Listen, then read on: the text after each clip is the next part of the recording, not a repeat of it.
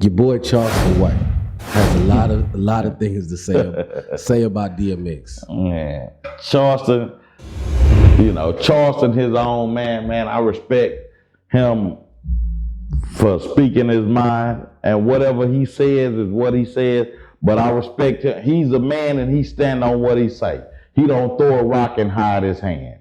You know what I'm saying? It matters whether I agree, you agree, I disagree or not. He say what the fuck he say, and he stand. He there in front of the camera, and it's not a mistake that another nigga said it. He said, So however he feel is how he feel. I don't, But one thing I do know is you can't measure any man by your standards and think that it's law. Because just because whatever you feel or think about that man, that doesn't determine how that man changed the world or how the next motherfucker feel about that man. Because it's plenty of motherfuckers that ran up on DMX and said, man, I was going through this and I was going through that, and you helped me get through that. So however one motherfucker feel about somebody, that ain't got nothing to hold. That ain't shit about how the next motherfucker feel. You know what I'm saying? That's like a motherfucker running up on me talking about, man, fuck Greenroom TV. And I'll be like, damn, why you say that? Nigga, just fuck that hoe ass nigga. Well, why you call him a hoe ass nigga? Man, cause he a hoe ass nigga. You better not say that. Yeah, but I'm just saying, if a nigga do, you know what I'm saying? I feel you. So, I don't know why you might say that. The nigga ain't never been a hoe ass nigga to me. Never will be.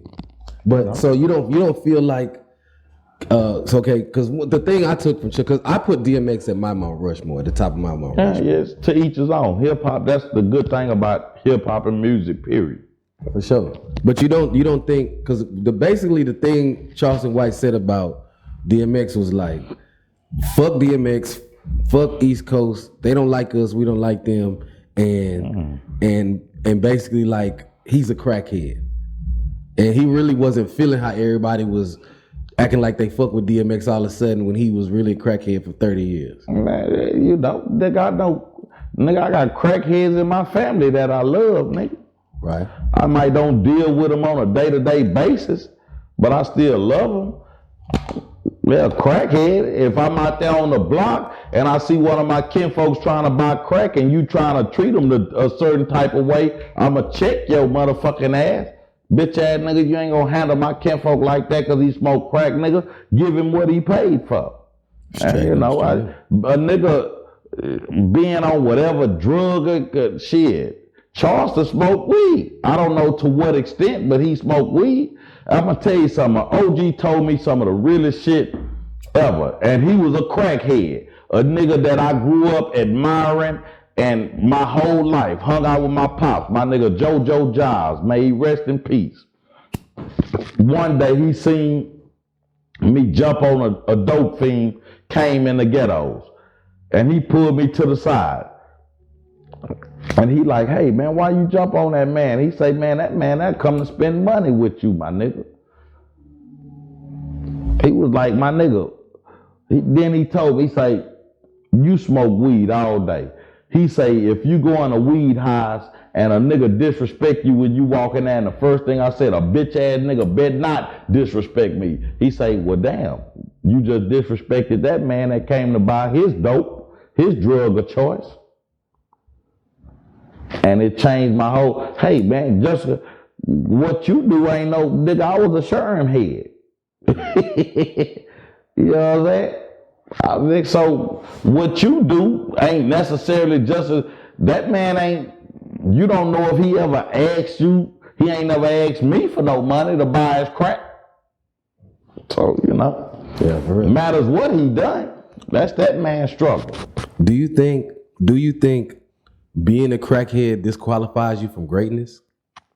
DMX was great. That's what kind of question is that? You know what I'm saying? Because, DMX is great. Nigga, half of Hollywood is crackheads. I was just watching, what was I just watching the other day? Oh, I was watching. It's a series on Netflix about pop called This Is Pop, and it's one. I think it's the third or fourth episode. And the white girl, as soon as she went to talking, I was like, this bitch here is smoking major crack. But the bitch was a bad bitch back in her day. Right. And her mouth twisted up like Bobby Brown's cake ass nigga. Bobby Brown was great. Okay. Being a crackhead don't disqualify. Nigga, I was a Sherm head. But the whole world view me as some kind of great ass nigga right now.